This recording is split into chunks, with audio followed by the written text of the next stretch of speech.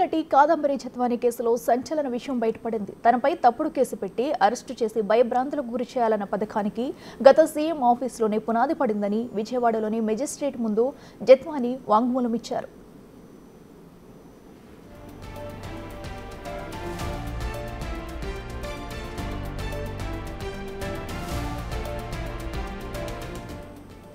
కాంతిరాణా విశాల్ గున్నీలను intelligence officer Seetharamanjaneyulu CMO ఆఫీస్కు రావాలని జనవరి 31న పిలిపించినట్లు జత్వాని తెలిపారు.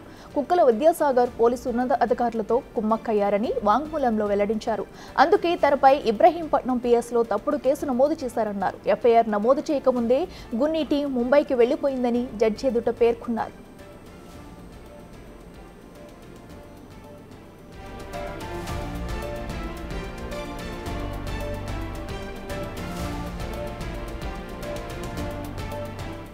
పారిశ్రామికవేత్తపై తాను పెట్టిన అత్యాచారం కేసును వెనక్కి తీసుకోవాలనే ఒత్తిడితోనే ఇబ్రహీంపట్నం స్టేషన్లో కేసు నమోదు చేశారని జత్వాని తెలిపారు. ఎఫ్ఐఆర్ నమోదు చేయగానే ఆగమేఘాలపై ముంబై వచ్చి తనతో పాటు తల్లిదండ్రులను అరెస్టు చేయడం కుట్రలో భాగమేనన్నారు.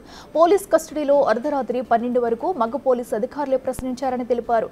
ఏసీపీ హనుమంతరావు, ఇన్స్పెక్టర్ కాశీ విశ్వనాథన్ను విచారించారు. ముంబై కేసును వెనక్కి తీసుకోవాలని బెదిరించారన్నారు.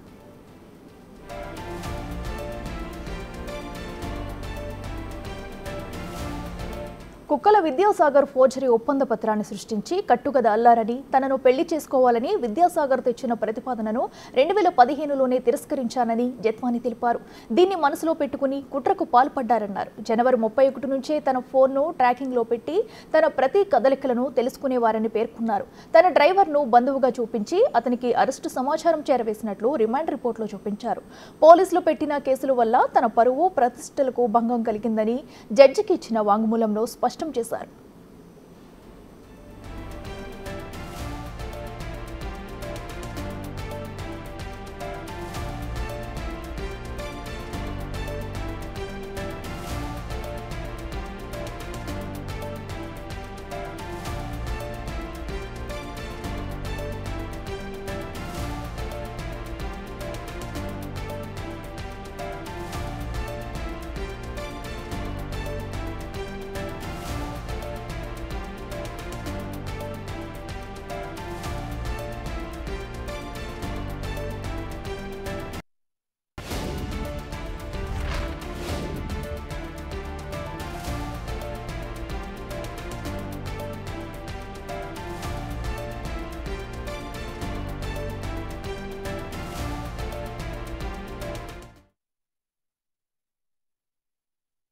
ప్రతినిధి శివ లైవ్ లో అందిస్తారు.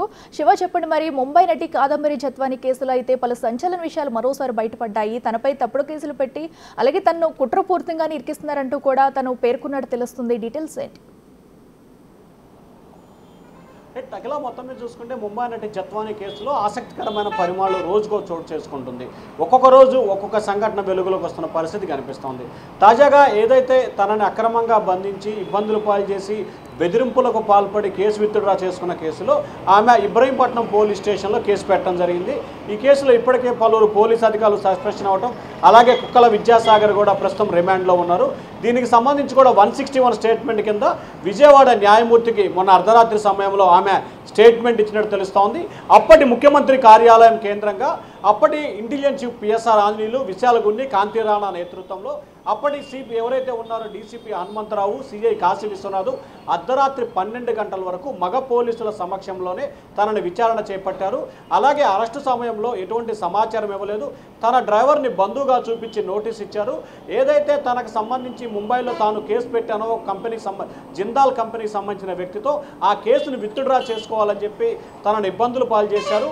జనవరి నుంచి తన ఫోన్ ట్యాపింగ్ చేసి ఫిబ్రవరి సమయంలో తనపై కేసు నమోదు చేసి అరెస్ట్ చేశారు. దీనిపై పూర్తి స్థాయిలో న్యాయం చేయాలి.